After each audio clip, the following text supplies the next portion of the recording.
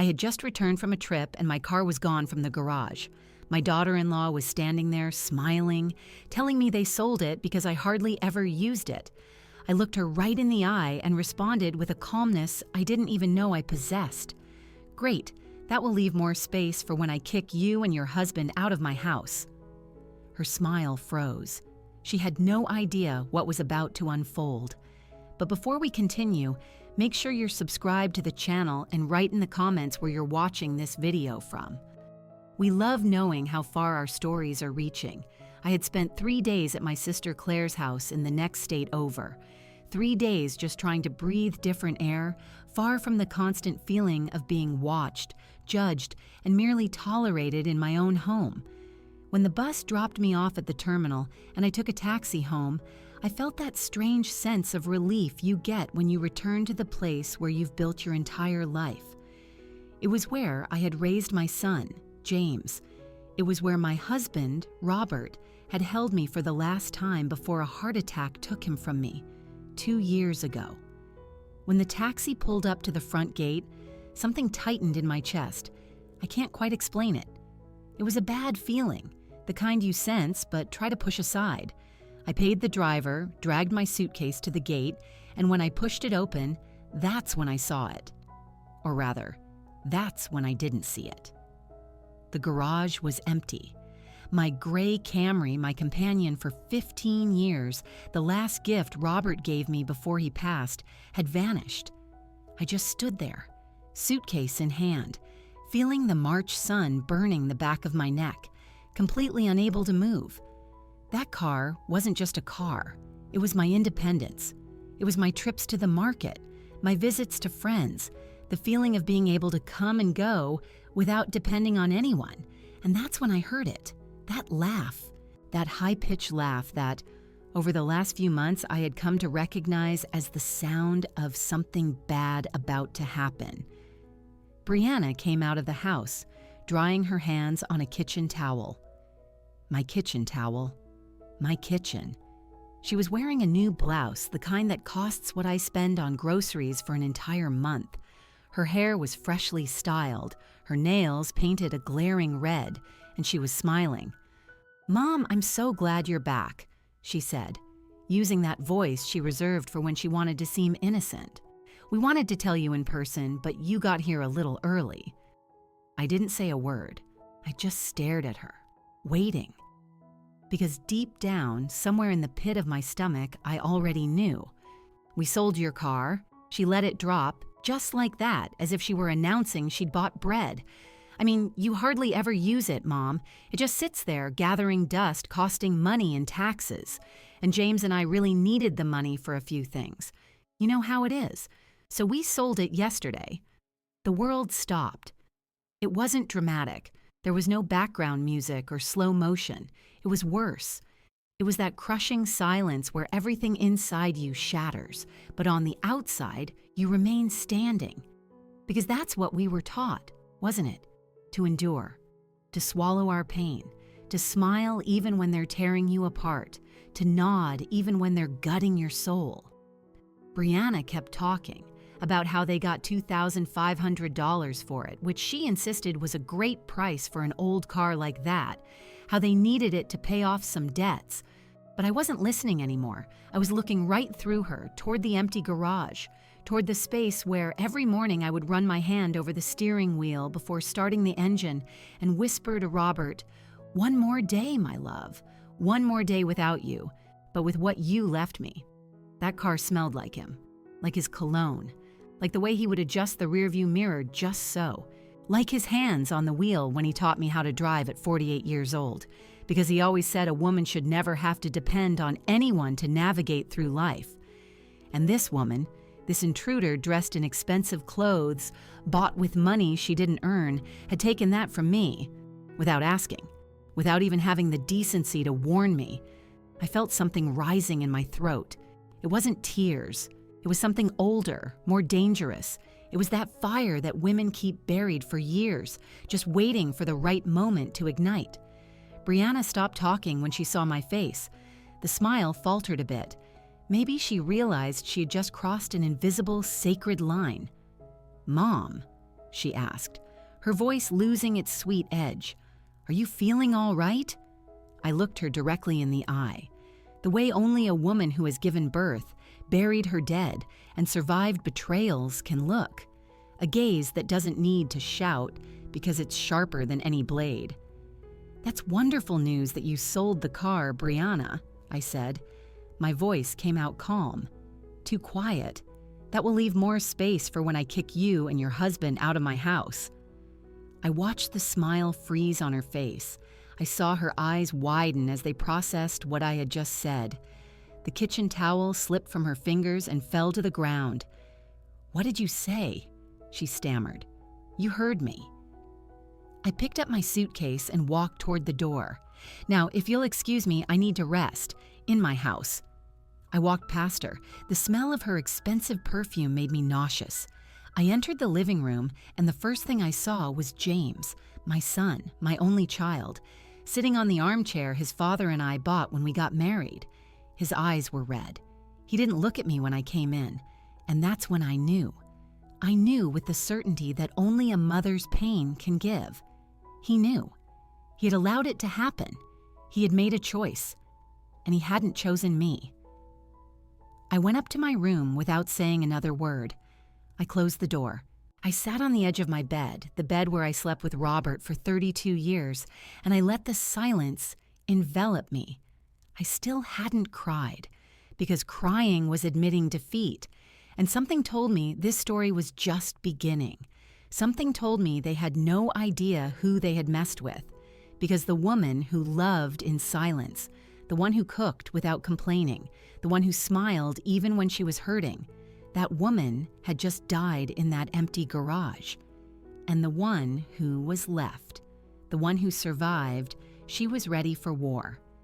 To understand how I reached that moment standing in front of an empty garage and looking at my daughter-in-law as if she were a stranger, I need to go back. I need to wind the clock back 2 years. To the day I opened my door believing I was being a good mother, not knowing I was signing my own sentence. It had only been 6 months since I buried Robert. 6 months of living in a house that suddenly felt as vast and hollow as an empty stadium. Every room held his voice. Every corner smelled of his absence.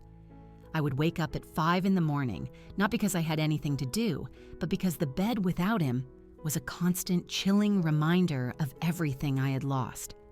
James would visit me on Sundays. He'd bring cheese danishes from the bakery I liked, sit and have coffee with me, and ask how I was doing. And I would lie. I'd say I was fine, that I was calm, that I was learning to live alone, because that's what mothers do, isn't it? We lie so our children don't have to carry our pain. But that particular Sunday in September, he arrived differently. He had a woman on his arm, Brianna. The first time I saw her, I thought she was pretty. She had the kind of beauty you see in a magazine, fair skin, long, shiny hair, a perfect smile. She wore a tight dress that showed she took care of herself, that she went to the gym, that she knew how to command attention. She hugged me, and her perfume was so strong it left me lightheaded. "Mom, what a pleasure to finally meet you. James talks so much about you." "Mom." Right off the bat, as if we were already family, as if with that one affectionate word she could leapfrog over all the stages of building trust. "Mom," James said, and in his eyes, I saw something I hadn't seen since he was a little boy. Hope. "We got married 2 weeks ago, at the courthouse. We wanted to tell you in person." I froze with my coffee cup halfway to my mouth. Married. My son had gotten married, and I wasn't there. There was no invitation, no wedding dress, no moment where the groom's mother hugs her son and tells him, "Be happy, my boy." But I swallowed it. I smiled. I hugged them both. Congratulations. Brianna let out that tinkling, bell-like laugh I would later learn to hate. It all happened so fast, Mom. We met, fell in love, and just said, "Why wait? Life is short. You have to live it, right?" She was right about that last part. Life is short. Robert had proven that to me when he left without warning, without giving me time to prepare for a world without him. We sat down to eat. Brianna did all the talking. about her job at a clothing boutique in the mall, how hard it was to find an apartment because everything was so expensive, how much she wanted to start a family with James. And then she dropped it. "Mom, we wanted to ask you a huge favor." She leaned toward me, placing her hand on mine. "Could we please stay here for just a couple of months? Just while we look. With James's salary and mine, we can barely afford the security deposit on a rental. If we save up for these 2 months, we can make it." I looked at James. He wouldn't meet my eyes. His gaze was fixed on his plate, pushing rice from one side to the other with his fork. 2 months, 60 days. Company in this house that was swallowing me whole every night. My son's voice in the hallway again. Maybe even grandchildren soon. A reason to wake up with purpose. "Of course, son. This is your house. It always has been." Brianna hugged me so tightly she nearly knocked me off my chair. "Oh, Mom, you have no idea how much we appreciate this. I promise, you won't even notice we're here. We're clean, organized, quiet." 2 months, she said. 2 months turned into 4 when Brianna claimed the apartment they were going to rent was given to someone else. Bad luck, Mom, but another one will turn up. 4 months became 6 when James lost his job at the distribution center. "It's temporary, Mom. I'm already sending out resumes. I just need a little more time." A year went by, and I was still waiting for them to say, "Mom, we found a place. Thanks for everything." But those words never came. What came instead was the change. At first, it was small things. Brianna rearranged the living room furniture because, "This looks more modern, Mom." She changed the kitchen curtains without asking me. She brought out her own dinnerware and stored mine, the set my mother gave me when I got married, on the highest shelf of a cupboard I could barely reach. She started doing the cooking. She said she wanted to help me, that I had worked hard enough in my life. But the truth was, she didn't want me in my own kitchen. She would watch me with impatience when I tried to make coffee in the morning, as if I were in her way. "Why don't you just sit down, Mom? I'll bring your coffee to your room, to my room," as if the rest of the house was no longer mine. Then came the rules. "Mom, do you mind not playing your music so loud in the morning? James works late and needs to rest." "Mom, it's better if you don't have your friends over during the week. We need some peace and quiet." "Mom, please let us know when you're going out, just so we're not worried." Let them know. In my own house, asking for permission to call the friends who had been visiting me since we were all in our 20s. But the worst part wasn't the rules. The worst part was James. My son had become a ghost. He left early. He came home late. Whenever I tried to talk to him, Brianna would always appear with something. She needed help with the computer. They had to go look at an apartment. He had an important commitment. One afternoon, I found him alone in the backyard smoking, something he had never done before. "Son, are you okay?" "Yeah, Mom, I'm fine." "You don't seem fine. I feel like we don't talk like we used to." He was silent for a moment. I saw something in his eyes, something like guilt, or maybe fear. I couldn't tell which. "It's tough, Mom. The new job doesn't pay well either. Brianna and I are saving, but it's taking a while. There's no rush. I'm not kicking you out. I know." He finally looked at me. "Thanks for everything, Mom. Really." He hugged me. And in that hug, I felt something strange, as if he were saying goodbye, as if an invisible wall had sprung up between us, a wall that grew a little taller every single day. That wall had a name. Brianna. 2 whole years passed.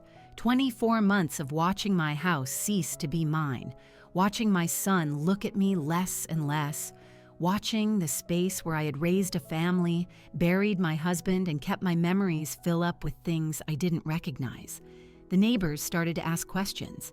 Mrs. Peterson, who had lived next door for 30 years, found me at the market.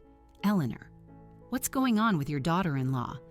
The other day, I asked about you, and she told me you were resting, as if she were the lady of the house." Mrs. Gable, who sold pies on the corner, was more direct. "That girl is telling everyone the house belongs to both of them now, that you're getting old and they're taking care of you. I'm just letting you know, Eleanor, in case you weren't aware."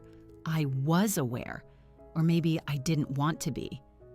Until one night, I overheard something that broke me in two. It was almost 11. I couldn't sleep as usual. I went downstairs to the kitchen for a glass of water and heard them talking in the living room. Brianna and her mother, Sonia, who was visiting.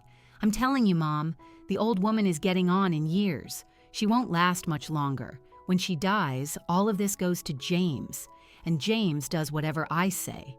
"And what if she doesn't die soon?" Sonia asked with a laugh that sent a chill down my spine. "Then we'll convince her to go into a home or something. We sell the house and split the money. What does she need it for, all alone in here anyway?" They both laughed. I stood there, barefoot on the cold floor, the empty glass in my hand, feeling every word pierce my chest like a rusty nail. The old woman, split the money. What does she need it for? That night, I didn't drink any water. I went up to my room, sat on my bed, and for the first time in 2 years, I allowed myself to see the whole truth. They weren't guests, they were invaders, and I had opened the door for them myself, but I still didn't know how much more there was to discover. I didn't yet know that in a forgotten drawer, Robert had left me the key to escape this nightmare. I would find out soon, and when I did, everything was going to change. There's a huge difference between feeling that something is wrong and seeing it with your own eyes, between suspecting your space is being taken from you and witnessing it, second by second, without being able to do anything, or worse, without daring to do anything. After that night, after hearing Brianna call me the old woman, something inside me shifted. It wasn't a loud change. It was silent, like the cracks that appear in the walls of an old house. Nobody notices until one day the wall crumbles. I started to watch, to really watch. I realized that Brianna had redecorated almost the entire house without me noticing. Or maybe I had noticed, but chose not to see it. Because seeing hurts. Seeing forces you to act.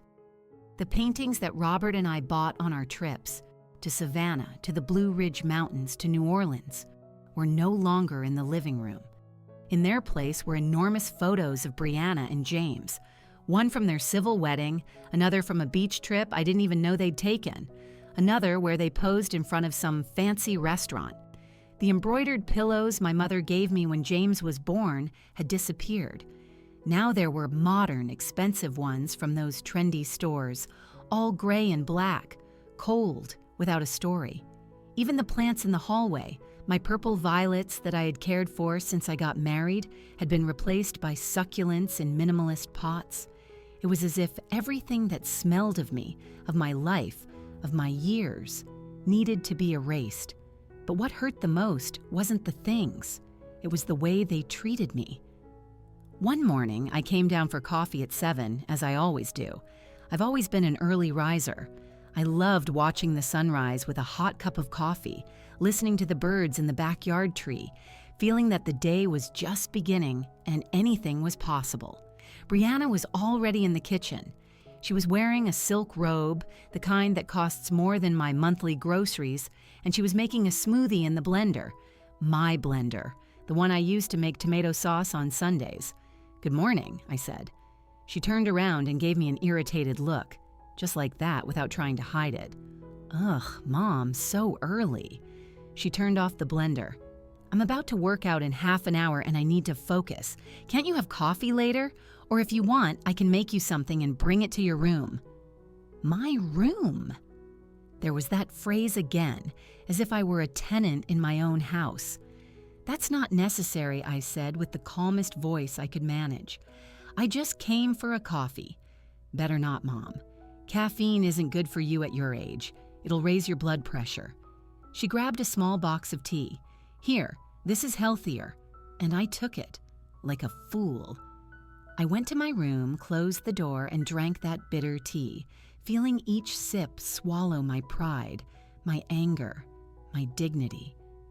Things kept getting worse. My friends, Heather, Connie, and Mrs. Davis, had been visiting me for 30 years. Every Thursday, we would get together to play cards, have coffee, and gossip a little. It was my ritual, my time to feel like myself again. One Thursday, they arrived as usual. They rang the doorbell. I rushed to open it, excited to see them, but Brianna got there first. "Yes?" she said with a forced smile. "We came to see Eleanor," said Heather, who never let anyone intimidate her. Oh, what a shame. My mother-in-law isn't feeling well. She's resting. Maybe another day. And she closed the door. I was standing there in the hallway, perfectly fine, listening to my daughter-in-law lie to my face, watching my friends leave, confused, maybe thinking I didn't want to see them anymore. "Why did you do that?" I asked her when she turned around. "Oh, Mom, the house is a mess." I was embarrassed for them to see it like this. Besides, you know you need to rest. At your age, all that excitement isn't good for you. Those are my friends, Brianna. I know, and that's why I'm taking care of you, Mom. She patted my shoulder as if I were a child. Trust me. I didn't say anything else. I went up to my room, and that afternoon, for the first time in a long time, I cried. I cried with rage, with helplessness, with shame for having let myself be cornered like this. But the worst was yet to come. One afternoon, I was in the backyard watering the few plants I had left when I heard voices in the living room. Brianna was with someone. I peeked discreetly. It was Nora, the neighbor from across the street, one of those women who likes to know everything about everyone. "And how's Eleanor?" Nora asked, with that tone of feigned curiosity. Oh, my mother-in-law. Poor thing, she's getting more delicate every day. Brianna lowered her voice, but not so much that I couldn't hear. "Between you and me, Nora, she's losing her memory. The other day, she forgot where she left her keys and then accused me of hiding them. Can you imagine? My blood ran cold." "Really?" Nora's eyes widened. "Seriously. James and I are very worried. That's why we don't let her go out alone. You know how dangerous the streets are, and she's so absent-minded. Poor thing." Nora shook her head with compassion. Brianna continued, saying they were thinking of taking me to the doctor, that maybe I needed special care, that it was a blessing they were there to look after me. I was 65 years old, not 85. I wasn't senile. I hadn't lost any keys. That lie was completely fabricated by her. But Nora believed it. And if Nora believed it, the whole neighborhood would believe it. That's how it works, isn't it? You repeat a lie enough times, and people start to see it as the truth. She was painting me as an incapable old woman, as a burden, as someone who needed to be saved, when in reality, the only one who needed saving was me. From her. That night at dinner, James came home from work. He arrived tired. He always arrived tired. He sat at the table without saying a word. Brianna served him the food that I had made, by the way, but she took the credit. "Son, I tried to talk to him. Can I speak with you for a moment?" "Not now, Mom. I'm really tired. It's important." Brianna interrupted. "James, honey, did you remember to transfer me the money? For gas? It's about to run out, and we still have to pay the light bill." "I didn't remember. I'll do it tomorrow. But it's due tomorrow, and we still have to pay the electric bill." "Ugh, I don't know how we're going to manage." James rubbed his face with his hands. He looked defeated, broken. "See if there's enough, Brianna. Just see if there's enough." I watched them from my place at the table. At this table where I had celebrated James's birthdays, where I had eaten with Robert every night for 32 years, where I cried when my mother died and laughed when James said his first word, and now I felt like a stranger, like someone who was in the way. "I'll pay for the gas and the electricity," I said. "I've always paid for them." Brianna looked at me with that condescending smile. "Yes, Mom, but it's a lot of expense just for you. It's better if we help you. It's enough that you let us live here. That you let us live here." As if they were doing me a favor, as if this house wasn't mine, as if I was the one who should be grateful that they were occupying my space, eating my food, breathing my air. James said nothing. He just kept eating with his head down. And that's when I understood a terrible thing. My son had abandoned me without ever leaving the house. He was right there in front of me, but his head, his heart, his decisions, They no longer included me in any way. Brianna had gotten what she wanted. She had pushed him away from me without him even realizing it. Or maybe he did realize it, but he didn't care. That night I couldn't sleep. I stayed awake until 3 a.m, staring at the ceiling, feeling the walls of my room closing in on me. I thought about Robert, about what he would say if he saw me like this. He was always a strong man, a man who didn't back down, who defended what was his, who defended me. Eleanor, he used to tell me, you're stronger than you think. Don't let anyone make you feel small. But I felt small, invisible, erased. I had hit rock bottom. That place where a woman wonders if it's worth continuing to fight or if it's better to just give up. Let them take everything, shrink away, disappear. But something, a tiny voice buried deep inside, whispered that this couldn't be the end of my story, that there had to be another way out. And there was. It was hidden in a drawer that hadn't been opened in 2 years, in a letter written in the shaky handwriting of a man who loved me until his last breath. I just needed to find it. There are nights when insomnia isn't your enemy, it's your ally. It forces you to confront what you've been avoiding for days. It puts you face to face with the decisions you've postponed. It pushes you into the dark corners where you've stored the things that hurt too much to look at. That night was one of them. It was 4 a.m. The house was silent. That thick silence that only exists when everyone else is asleep, except you. I got out of bed without turning on the light. I didn't want to wake anyone. I didn't want Brianna to come out of her room, which was my mother's old sewing room, to ask what I was doing awake, to tell me to take a pill, to treat me like a child. I walked barefoot to the closet. That closet, which hadn't been properly gone through in years, because every time I opened it, it smelled like Robert, like his cologne, like his clothes, like everything he was and would never be again. In the back, behind old shoe boxes and winter blankets, was the wooden box, the one Robert himself had made in his workshop in the backyard when we were in our 20s. He had carved it with his own hands. It was dusty, forgotten. I pulled it out carefully. It felt heavier than I remembered. I sat on the floor with the box in my lap and took a deep breath. I knew there were things in there that would break my heart.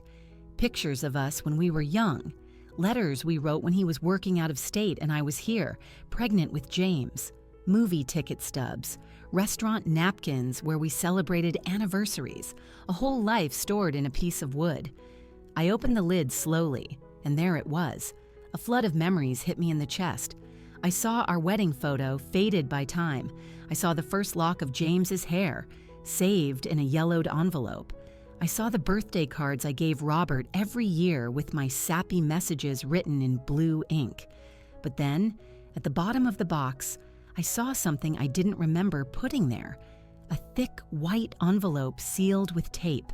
On the front, in Robert's shaky handwriting, the handwriting that had become difficult for him in his last months because of the medication, it said, "For Eleanor, open this only if someone tries to take away what we built together." My breath caught.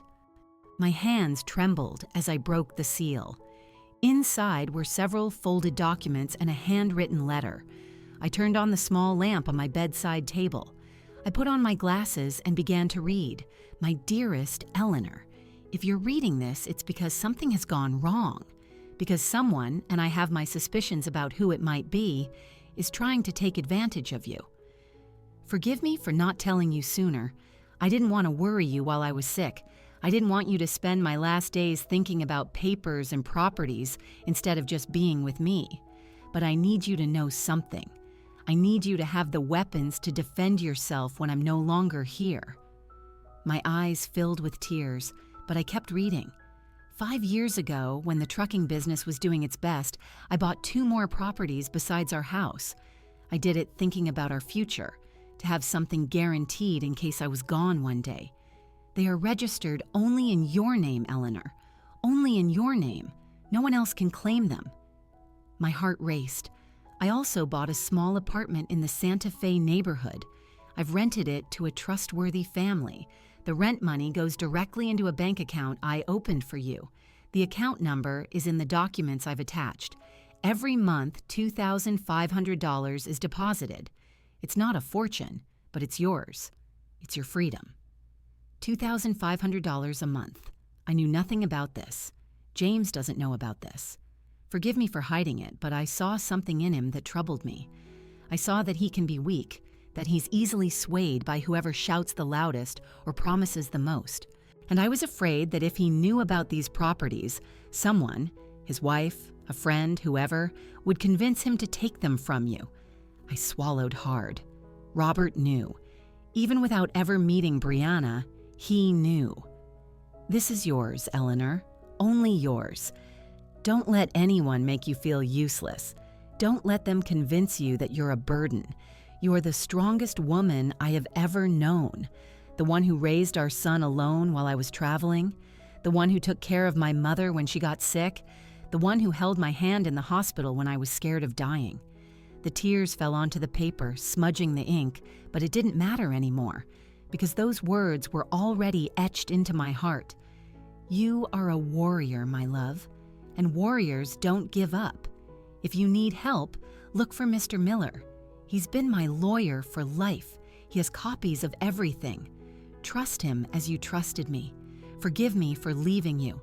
Forgive me for not being there to defend you. But I leave you this, these properties, this money, this letter. I leave you with yourself, my love. And no one can take that away from you. Forever yours, Robert. I sat there on the floor, the letter in my hand, crying silently. Robert knew. Somehow he knew. He knew someone would come. Maybe not Brianna specifically, but someone, to try to take what was mine. And he had left me a shield. I took the documents. They were legalized and registered deeds. Property number 1, a small house in the El Dorado neighborhood.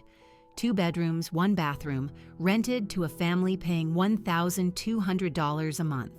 Those payments went to the same bank account Robert mentioned. Property number 2, a commercial space downtown, rented to a lady who sold natural products, $800 a month. Property number 3, the apartment in Santa Fe, $2,500 a month. I did a quick calculation in my head. Between the 3 properties, $4,500 was coming in every month. $4,500 I didn't know I had. I looked for the paper with the account number. There it was, Bank of America, downtown branch. I got dressed in silence. I put on a coat, grabbed my purse. I went downstairs without making a sound. I left the house as the day was just beginning to dawn. The sky had that pale orange color that announces a new day. I walked the 4 blocks to the ATM on the corner. I inserted the card that came with the documents. I typed in the PIN that Robert had jotted down. And there, on the bright green screen of the ATM, the balance appeared. $100,240. Almost $100,000 that had been sitting there for 2 years, growing month by month, waiting for me. I had to lean against the wall of the ATM booth. My legs trembled. It wasn't just about the money. It was about what it meant. It meant I wasn't alone. It meant I had options. It meant I didn't have to put up with this for one more day. I returned home as the sun was rising. Brianna was in the kitchen, making her usual smoothie. "Good morning, Mom. Did you go to early mass?" "I did," I said with a smile. "I went to take care of something I had forgotten." She gave me a strange look. Maybe she noticed something different in my voice, something that wasn't there before. I went up to my room. I put the documents in a safe place, and I grabbed my old cell phone, the one I barely used because Brianna said that at my age, I didn't need such gadgets. I looked for the number Robert had left. Mr. Miller, attorney at law. I dialed. The phone rang 3 times. "Mr. Miller's office, good morning." "Good morning. This is Eleanor Fonseca, widow of Robert Fonseca." There was a pause, then a warm voice. "Mrs. Fonseca, You finally called. Your Robert made me promise I would help you if you ever needed it. What can I do for you? I took a deep breath. I need you to help me defend what's mine, Mr. Miller, because they're trying to take it from me, and I'm not going to let them anymore. Come to my office tomorrow at 10, Mr. Miller said, and bring the documents your husband left you. We're going to set all of this straight. I hung up, and for the first time in 2 years, I truly smiled. Brianna thought I was weak. She thought she could walk all over me. James thought I would put up with anything just to not lose him, but neither of them knew what I had just discovered, that Robert, even from the grave, was still taking care of me, that I had more power than they ever imagined, and that the war was about to begin. That morning, I had a peaceful breakfast. Brianna served me my usual tea. I drank it without complaining. I smiled. I nodded at everything she said, because the best battles are won in silence, when the enemy thinks they've already won. The next day, I went to Mr. Miller's office. It was a small but tidy space with shelves full of legal codes and the smell of fresh coffee. Mr. Miller was a man in his 60s with graying hair, wise eyes behind his glasses, and a serious but kind expression. I told him everything, every detail. From the day Brianna and James arrived to the humiliation of the sold car, I left nothing out. The lawyer listened without interrupting, only making notes in a yellow legal pad. When I finished, he took off his glasses and cleaned them with a handkerchief. Mrs. Fonseca, allow me to be direct. Legally, this is your house. It is solely in your name. You can evict them whenever you want. Is it that simple? In theory, yes, but with family, it gets complicated. If they refuse to leave, we would have to go the legal route, an eviction process. It takes time and can be painful. How much time? Between 4 and 6 months, maybe longer if they create obstacles. I shook my head. I don't have 6 months, Mr. Miller. I need them out now before they do something worse. Like what? Like convincing James to put me in a nursing home or declare me incompetent. Brianna is capable of anything. The lawyer nodded. Then we need proof. Document everything. Recordings, messages, witnesses, anything that proves they are manipulating or threatening you. I took out my cell phone. Does this work? For the past few days, I had started recording conversations without their knowledge. I would leave my phone in my purse with the recorder app running and capture everything. Brianna talking to her mother about convincing the old woman. James saying, "There's no other way, we just have to hold on a little longer." Every poisonous word saved. The lawyer listened to a few snippets. His expression hardened. "This is gold, Mrs. Fonseca. With this, we can demonstrate manipulation and psychological abuse. So what do? First, open a new bank account. Transfer the money from the rentals there, so they have no access to anything. Already done. Good. Second, make an inventory of everything in the house. Furniture, documents, valuables. Take photos. If things disappear, we have proof. I'll do that today. Third, find a temporary place to stay in case you need to leave the house quickly. I have my sister Claire in the next state. Perfect. And fourth, continue to behave normally. Don't let them suspect anything. Keep recording. Keep documenting. The more evidence we have, the stronger our case will be. And then the lawyer smiled. A small but justice-filled smile. Then, Mrs. Fonseca, we will strike when they least expect it. We'll get them out of the house legally, with evidence so they can't claim a thing. I left that office with a plan, with a clear objective. For the first time in years, I felt like I was taking back control. The following days were pure acting. I smiled. I cooked. I talked to Brianna as if nothing had happened. I even asked about her family, her plans, feigning interest. She bought my performance completely. She believed she had tamed me. Meanwhile, I documented everything. I photographed every room in the house. I counted the furniture. I reviewed the deeds, the receipts, everything. I also visited my niece Julia, an accountant by profession, and asked her to help me organize my finances. Julia was a smart woman in her 40s, divorced, and didn't mince words. "Auntie, why didn't you tell me you were going through this sooner?" "Because I was ashamed, dear. Ashamed that my own son was doing this to me." Julia hugged me. "Auntie, listen to me. James was always weak. He's been letting people push him around since he was a kid. But not you. You're one of the tough ones, and we're going to get that viper out of your house." With her help, I organized everything. I knew exactly how much money I had. I knew I could live comfortably on the rental income, that I didn't need a single penny from James or anyone else. I also did something I never thought I would do. I hired a private investigator. His name was Joaquin, a thin, quiet man, the kind who goes unnoticed. I paid him $1,000 to follow Brianna for a week. What he discovered froze my blood. Brianna didn't work at any boutique. That was a lie. What she did was spend the money that James was killing himself to earn. She went to spas, to beauty salons, to expensive restaurants with her friends. She took photos for Instagram, showing off a life that wasn't hers. But the worst part was this. Joaquin recorded her talking with a friend at a cafe, and in that conversation, Brianna said something that destroyed me. "The old woman is about to cave. James is already convinced to sell. I told him with the money we can buy an apartment and his mother has enough to go to a nursing home. He bought it. As soon as we sell, we'll take everything and abandon her. 3 years of putting up with it, but it's finally paying off." She laughed. She laughed while planning to destroy me. When I heard that recording in Mr. Miller's office, I didn't cry. I had no tears left. There was only ice. "Is this enough?" I asked. "More than enough. With this, we can prove fraud, manipulation, and conspiracy to commit patrimonial stripping. When do we act?" "Very soon, Mrs. Fonseca. Very soon. But I need you to do one more thing," said Mr. Miller. "Gather everyone. James, Brianna, her family at your house, like a family meeting. Let them think you're going to sign papers or agree to this sale.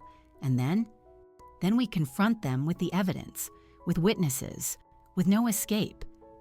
My stomach twisted into a knot. "Are you sure?" "Completely. It's the only way they won't distort the story later.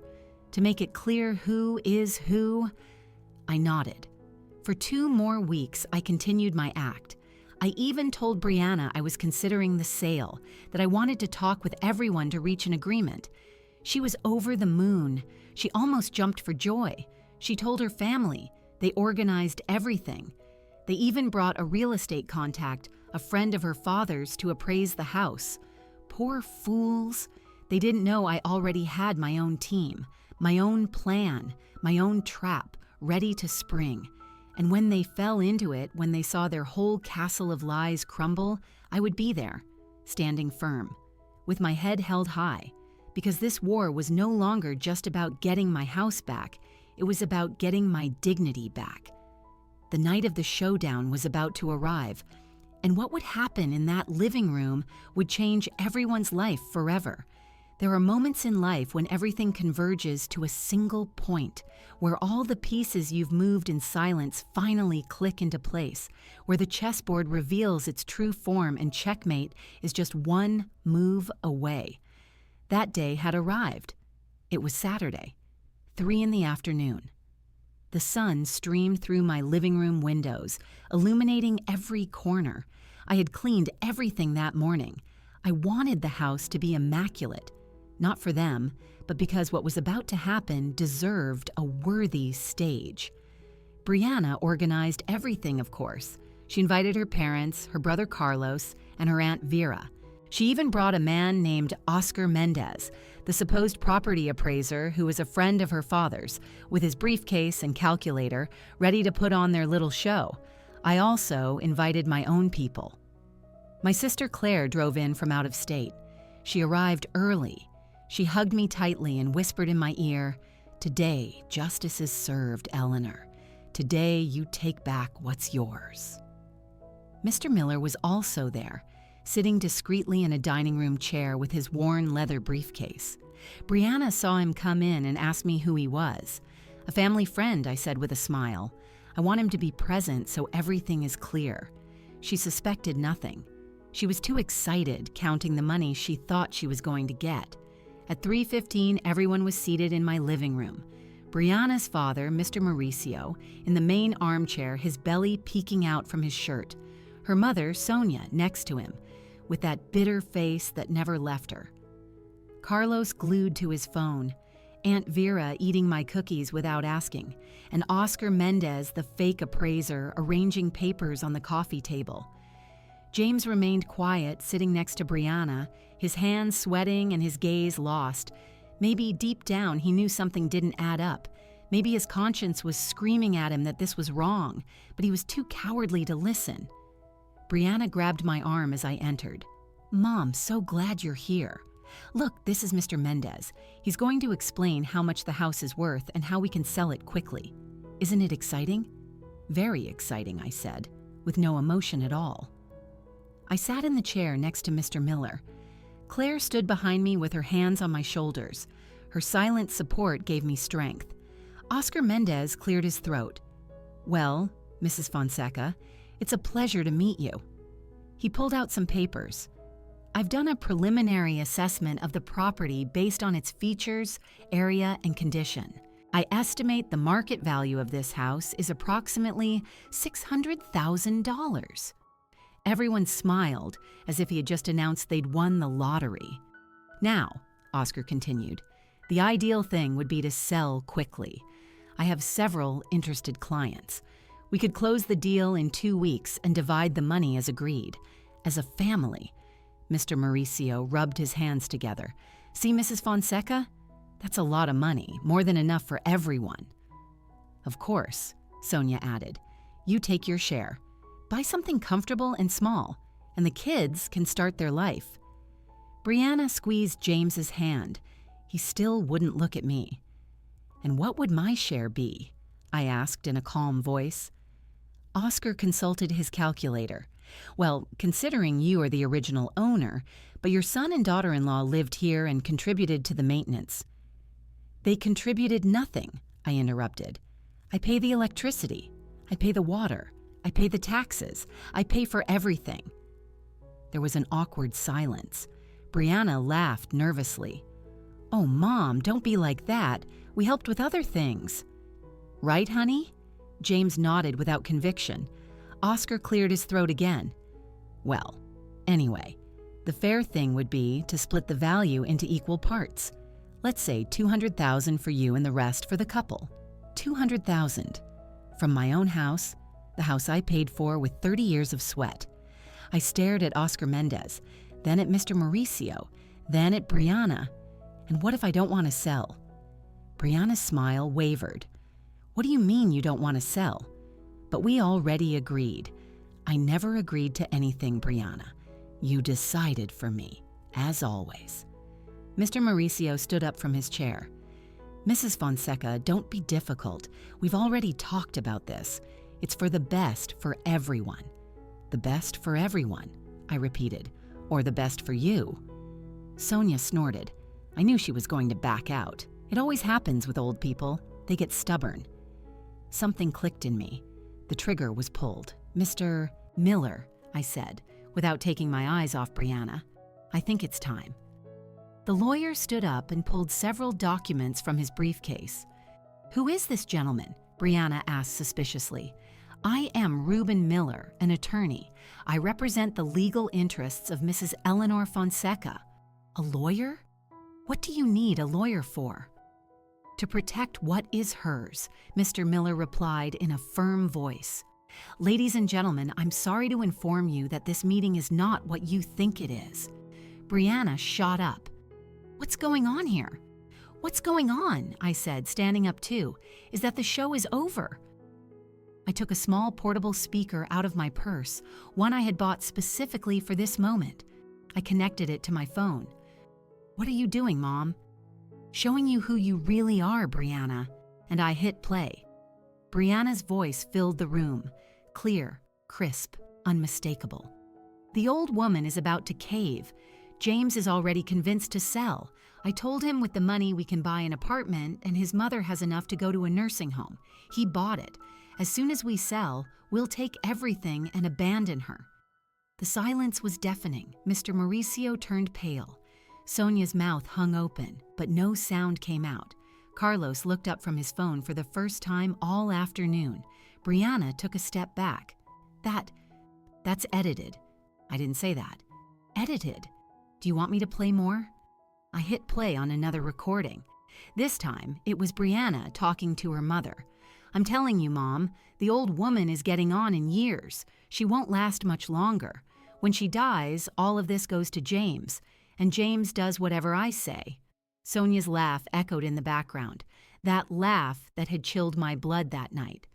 Sonia stood up. "Eleanor, I didn't—" "Be quiet," I said, with a coldness I didn't recognize in myself. "I had to listen to you mock me in my own home. Now it's your turn to listen." I played a third recording. Brianna telling James, "Your mother is old, honey. She won't even notice the car is gone. Besides, she hardly uses it. It's money we need more." James shot up from his chair. His face was beet red. I don't know if it was shame or anger. "Mom, You knew," I said, looking him straight in the eye. "You knew they were going to sell my car and you let them. It wasn't like that." "Then how was it?" James couldn't answer. Mr. Miller took the floor. "Ladies and gentlemen, I have here documented proof of psychological manipulation, conspiracy to commit patrimonial stripping, and fraud." He placed the papers on the table. "Mrs. Fonseca has every legal right to evict you from this property. And believe me, we will." Brianna started to cry. But they weren't tears of remorse. They were tears of rage, of hatred, because her plan had failed. "You set us up," she screamed, pointing at me. "You recorded us without permission. That's illegal." "In this state," Mr. Miller explained, "recording conversations you are a part of is completely legal. And all these recordings were made in Mrs. Fonseca's presence." Mr. Mauricio approached me. For a moment, I thought he was going to yell at me, but his voice came out small, ashamed. "Mrs. Fonseca, I didn't know my daughter." "Of course you knew," I interrupted. "You were here the day they talked about me going to a home. You laughed at me. You thought I was a foolish old woman you could boss around." He didn't know what to say. He turned and looked at his daughter. "Brianna, is all of this true?" She didn't answer. She just kept crying, but they were the tears of a trapped viper. Aunt Vera got up from the sofa, her bracelets jangling. "Well, I better be going. I have nothing to do with this." "Sit down," I ordered. "Because you were also here, suggesting I go to a home, you are all equally guilty." Oscar Mendez, the appraiser, nervously grabbed his papers. "Are you leaving too?" Mr. Miller said. "Impersonating a professional appraiser without a license is fraud. I have witnesses to your actions." The man turned white. I looked at James. His eyes were watery. His hands were shaking. "Mom, forgive me. I didn't want to—" "You don't want my forgiveness, James. You want me to take away your guilt." I walked over to him. "You had 1,000 chances to defend me. 1,000 chances to tell your wife to stop. 1,000 chances to be the son I raised. I love you, Mom. No, you need me, which is not the same thing." I turned and addressed everyone. "You have 15 days to vacate my house, and I say my house because it is in my name, solely in my name. You can examine the deeds if you like." Mr. Miller placed the deeds on the table. "Here, exclusive property of Eleanor Fonseca, widow of Robert Fonseca, no co-owners, no liens." Brianna collapsed onto the sofa. Mr. Mauricio had his head in his hands. Sonia was crying with rage. Carlos was still in shock. 15 days, I repeated, "and if you don't leave, my lawyer will proceed legally. And believe me, with all the evidence I have, you will not win." Claire hugged me from behind. Her support kept me standing. "And one more thing," I added, looking at Brianna. "I know you don't have a job. I know you spend my son's salary on spas and restaurants. I know you live a lie, and now everyone knows it." Brianna lifted her face. Her eyes were full of pure hatred. And you? You think you're so perfect? You're a bitter, resentful old woman who can't stand to see her son happy. Brianna, shut up, Mr. Mauricio said in a tired voice. I won't shut up. She doesn't understand anything. She stood up and pointed at me. We needed that money. We have debts. We have plans. We can't live like this anymore. Then get a job, I said coldly. Like decent people do. She lunged at me. Claire stepped in the way. Mr. Miller did too. Mrs. Brianna, I recommend you control yourself, the lawyer warned. Any physical assault will be documented and used against you. James pulled Brianna back by the arm. Enough! Let's go.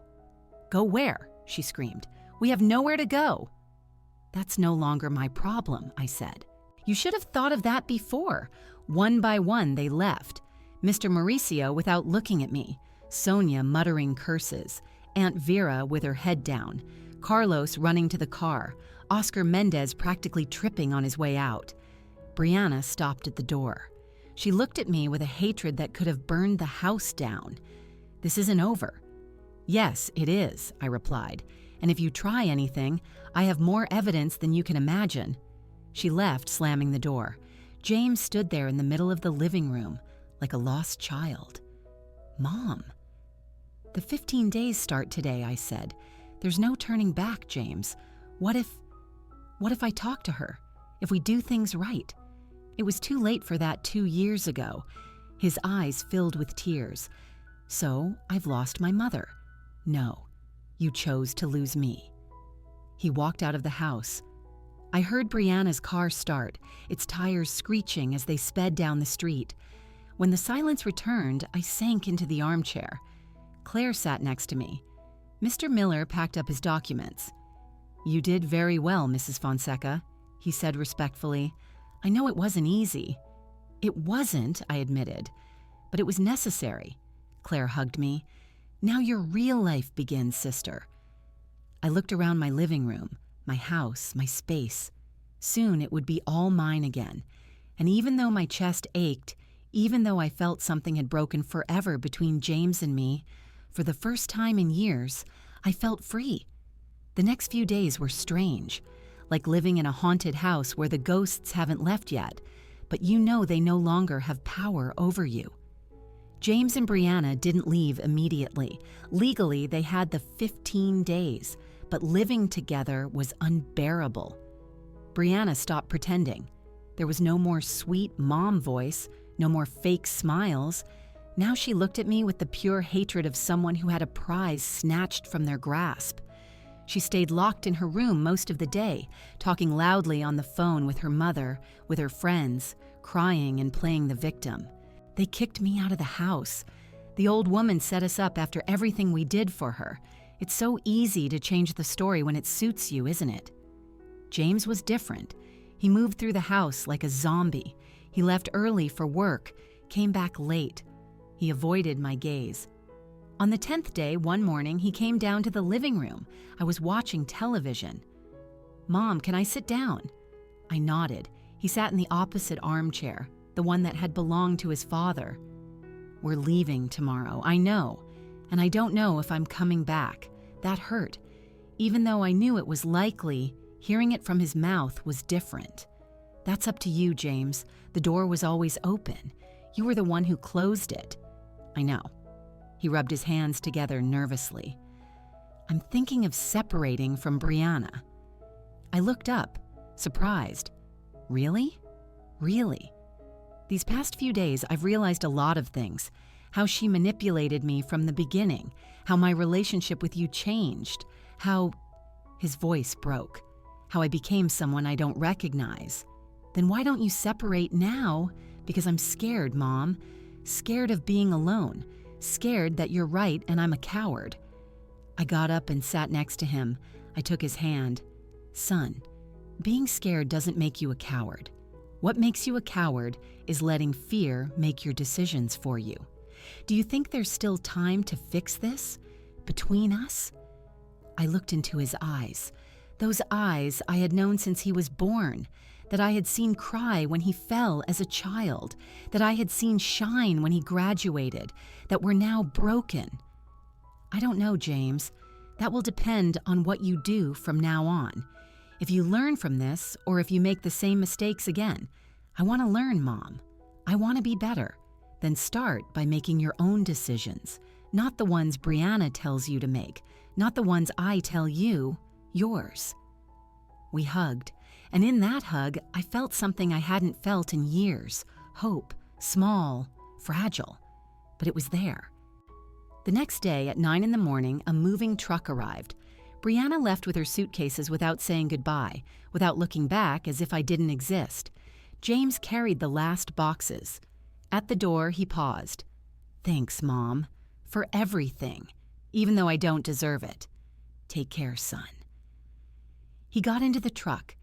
Brianna was already inside with her arms crossed and that bitter face that was becoming permanent. It drove away. I watched them go down the street until they turned the corner and disappeared. I closed the door. I stood in the hallway, in the most absolute silence I had experienced in 2 years. And then, for the first time since it all began, I smiled. My house was empty, but it was mine again. There's a silence that hurts, the silence of loneliness, the silence of abandonment. And there's a silence that heals, the silence of peace, the silence of reclaiming what is yours. That first day alone in my house was the second kind. I stood in the middle of the living room for, I don't know how long, just breathing, smelling my space without Brianna's cheap perfume, without the sound of her fake laugh, without the tension of always being on alert, always watching my back, always measuring my words to avoid conflict. I walked through each room slowly, as if reacquainting myself with recovered territory. I entered what had been their bedroom. It was a disaster. Clothes thrown around, drawers open, stains on the wall where they had taped posters. Without my permission, it smelled of confinement and contained rage. I threw the windows wide open. I let the air and light pour in, and I began to clean. I didn't hire anyone. I did it myself, with my own hands, because I needed to erase every vestige of them, every trace, every toxic memory. I washed the floors, I washed the walls, I changed the sheets on all the beds. I took out the furniture they had brought in, those cold, modern things that never matched the soul of my home, and I left them on the curb for anyone who wanted them. It took me 3 days to clean everything, 3 days in which I didn't answer the phone. I didn't talk to anyone. I just dedicated myself to reclaiming my space. On the 4th day, Claire came to visit. "Oh, sister. The house looks beautiful," she said when she walked in, "because it's mine again." She helped me rearrange the furniture. We took out the things from the closet that Brianna had stored on the top shelf. My good china, Robert's and my paintings, my mother's embroidered pillows. Little by little, the house returned to what it was, a home, not a battlefield. One afternoon, having coffee in the kitchen, Claire asked me, "So now what, Eleanor? What are you going to do? What do you mean? With your life? You got your house back. You got that weight off your shoulders. But what comes next?" I thought about it. I was 65 years old. I was healthy. I had the income from the rentals, a paid-off house, freedom. I don't know, I admitted. It's been so long since I've thought about myself, I don't even know what I like anymore. Claire smiled. "Then it's time for you to find out." And she was right. I started slowly. First, I called my friends again, Heather, Connie, Mrs. Davis. I explained everything that had happened. They hugged me. They supported me. They told me what I already knew, that I had done the right thing. Thursdays became sacred again. Cards, coffee, healthy gossip, laughter. The kind of laughter that comes from the soul when you're with people who truly love you. Then I worked up the courage to do something I'd wanted to do for years. I signed up for a dance class. Yes, dance. The community center in the neighborhood offered swing dance classes on Tuesday and Thursday afternoons. The first time I went, I was nervous. What am I doing here at my age, I thought. But as soon as the music started, that upbeat swing, and the instructor taught me the steps, something in me woke up. It was freedom. It was joy. It was feeling my body move without fear of bothering anyone. I also resumed my routine of going to church on Sundays, not because I was especially religious, but because I liked the peace of being there. Our Lady of Guadalupe had always been with me in difficult times. Now I went to give thanks. 6 months after they left, I received a call. It was James. "Mom, can we meet?" My heart skipped a beat. "Where are you?" "At a coffee shop nearby, the one on the corner. Can you come?" I hesitated for a moment, but something in his voice, something broken, something humble, made me say yes. When I arrived at the coffee shop, I saw him sitting at a table in the back, alone. No Brianna. He looked different, thinner, with a few days' stubble. Simple clothes. He was no longer wearing those expensive shirts Brianna used to buy. I sat down across from him. "Hi, Mom. Hi, son." He ordered 2 coffees. We sat in silence for a moment, those awkward silences when there's so much to say you don't know where to start. "I separated from Brianna," he finally said. "When?" 3 months ago. The divorce is already in process. What happened?" He laughed bitterly. "Everything. Living with her parents was a nightmare. She blamed me for everything. We fought about the car, about the lies. We fought every single day. Her parents started fighting with each other, too. It was unsustainable.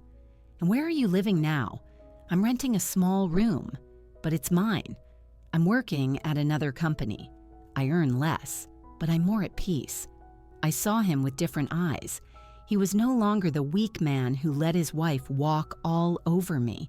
He was someone who was making his own decisions for the first time in years. "So why are you looking for me now?" I asked. Tears welled up in his eyes. "Because I need to ask for your forgiveness, Mom. For real, not just with words. A real apology. I know I don't deserve it. I know I failed you in the worst possible way, but..." His voice broke. "I don't want to live the rest of my life without my mother." He extended his hand across the table. It was trembling. I looked at that hand. My son's hand. The hand I held when he was learning to walk. The hand that let go of mine when I needed it most. And after a moment that felt like an eternity, I took it. "I'm not going to lie to you, James. It still hurts, and it's going to take time for things to be like they were before. I know, but you're my son, and you always will be." He burst into tears, a cry of relief, of liberation. We stayed there in that coffee shop talking for hours. He told me everything. How Brianna had manipulated him from the start, how she slowly pushed me away from him, how he realized everything too late. And there, our reconciliation began, slowly, carefully, like one of those broken vases you glue back together with patience, knowing it will never be the same again, but that it can be just as valuable. James started visiting me on Sundays. We'd eat together, we'd talk. Sometimes there were awkward silences. Sometimes he'd say something, and I'd remember the pain and I'd have to take a deep breath. But we were trying, and that was more than I thought I'd ever have. A year after all the drama, I was sitting in my backyard with my coffee, looking at the bougainvillea that Robert planted when James was born. The house was at peace. My friends came and went. I danced my swing. I drove my car wherever I wanted. I lived on the rental income without asking anyone for anything. James came every week. Sometimes he brought flowers. Sometimes just his company. We were healing slowly, but we were healing. And Brianna had gone back to her hometown to live with an aunt. I heard through the grapevine that her parents got divorced, that she tried to get with another man who had money, but it didn't work out, that she was working in a store, bitter, blaming the world for her problems. Poetic justice had done its job. I thought of Robert, of how he planned all of this, even from his hospital bed, of how he left me the tools to defend myself. "Thank you, my love," I whispered to the wind. "You kept your promise." You took care of me even after you were gone. And there, on that quiet afternoon, I understood something important, that sometimes losing the people you thought you needed is the only way to find yourself. That a mother's love doesn't mean letting yourself be trampled.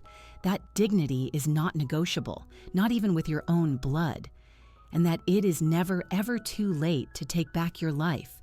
Because true wealth isn't in what you own, it's in what you don't allow to be taken from you. Now, if you enjoyed this story, click subscribe and tell me in the comments which part left you speechless. Oh, and don't forget to become a member to get access to exclusive videos I don't publish here. I'll be waiting for you there.